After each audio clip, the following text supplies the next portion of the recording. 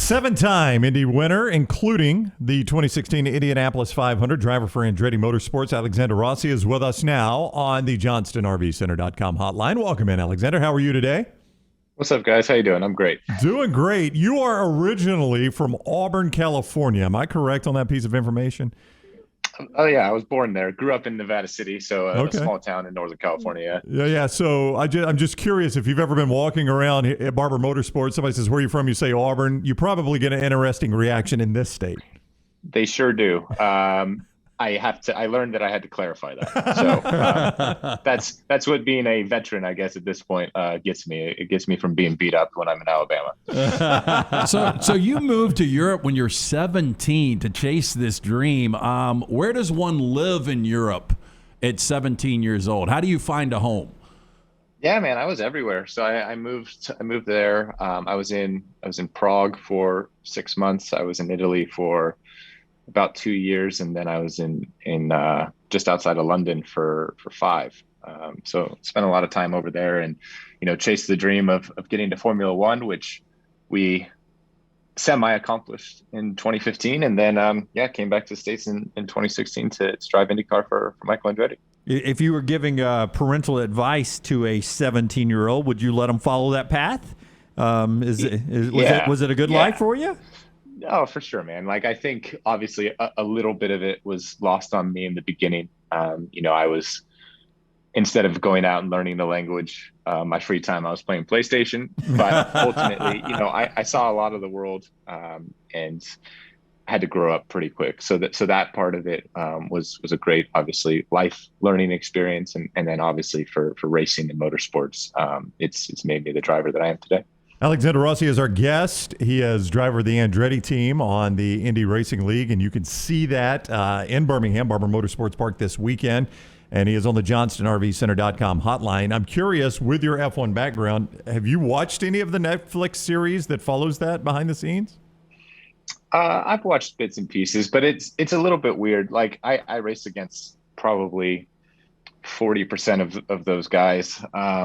And it's weird to see them in that light. I still stay in touch with quite a few of them. So it's I've watched parts of it. But what's amazing is it's certainly, I think, grown the sport of obviously Formula One, but also just motorsports in general in the States, which has been a great thing for all of us. And we're seeing the impact of that, at races and with TV numbers and everything. So that's great. Growing up in Northern California, one would assume that you're a San Francisco 49ers fan, but you're actually a New England Patriots fan. Interesting reason that you are a Patriots fan. Can you tell us a little bit about that? Yeah. So I grew up a 49ers fan. But then when I moved to Europe, for whatever reason, like this was, I'm 30 now, so this was still before kind of streaming, and it was before you could kind of watch NFL wherever, whenever. And so for whatever reason, they only showed Packers or Patriots games in Europe, especially in Italy. So I was a huge football fan, so I just became a Patriots fan because that's all that I could watch. And then my affinity for Tom Brady and his success kind of grew. And so here we are. Whatever it is, 13 years later, and I'm a New England fan, which living in Indiana does not go over very well with people, but whatever. I've talked to people who've, interviewed people who've won the Masters. They're always introduced as Masters champion, Heisman Trophy winner, those type things. Are you oftentimes Indianapolis 500 winner? Are you introduced that way at banquets? Does that ever get tired on you, lost on you? No, I mean, it's they said after I won that it would change my life. And in some respects it didn't, but in some respects, especially from a professional standpoint, it certainly did. And, it's a huge event. It's the biggest single day sporting event in the world. It's 360,000 people versus a Super Bowl, which is 95,000 people. Right. So, I mean, it's the scale of it is pretty massive. So to be able to say we won is obviously very special. But it's also, at this point, a long time ago. So we're focused on number 2 at this point, and hopefully next month, end of May, we can pull that off. I've always wondered how hard is it to choke down the milk, and do you really swallow any of that, or you spit it out? Yeah, what do you do? The milk's a weird thing, but I mean, so much of the 500 is tradition, right? And fortunately, like, it originated as a buttermilk.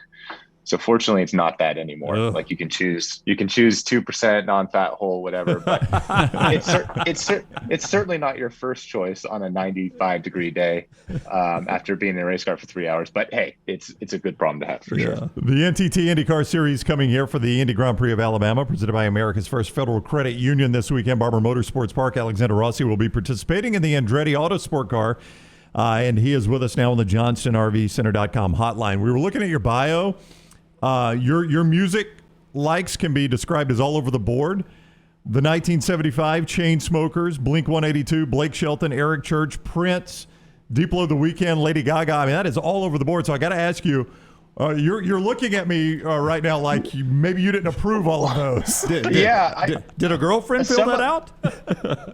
Some of those are correct. Okay, who would you drop? That's a strange list. Yeah. Well, I don't think I've ever listened to a Prince song. Lady Gaga is not on that list. Okay. Drop that one.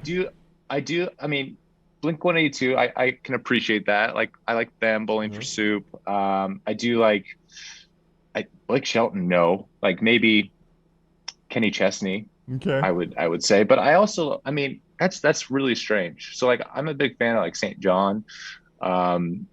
Disturbed, which is a weird one, I know. But yeah, that's a very strange list. Okay. I'm curious to know. I feel like they maybe mixed me up with someone else. Well, I want to ask IndyCar you. marketing department. Yeah, I think this is interesting because it says when unable to enjoy the great outdoors, you can find him at the nearest escape room. Now, we had to do one of these escape rooms as a team building exercise one time. Are you an escape room guy? Same look. So I have done escape rooms, yes.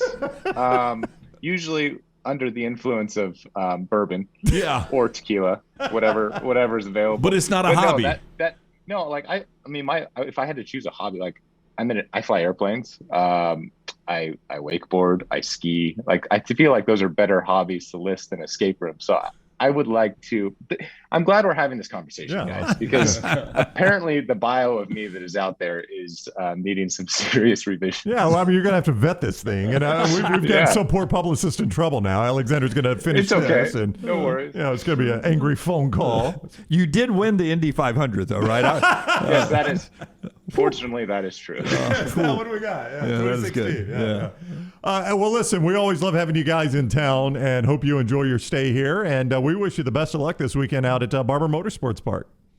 Thanks, guys. I appreciate it. And if you can come out, it's going to be awesome. It's going to be warm, but I think it's going to be a great show. Yeah, great weather, though. That's important. I don't think we're going to have any rain. So we look forward to Absolutely it. Thank you so much. Take care. Blake Shelton Blake Shelton singing the national anthem, though. Yeah, one of your favorites. Oh, boy. You love Blake. Oh, boy. Can't wait till he walks over and talks to you.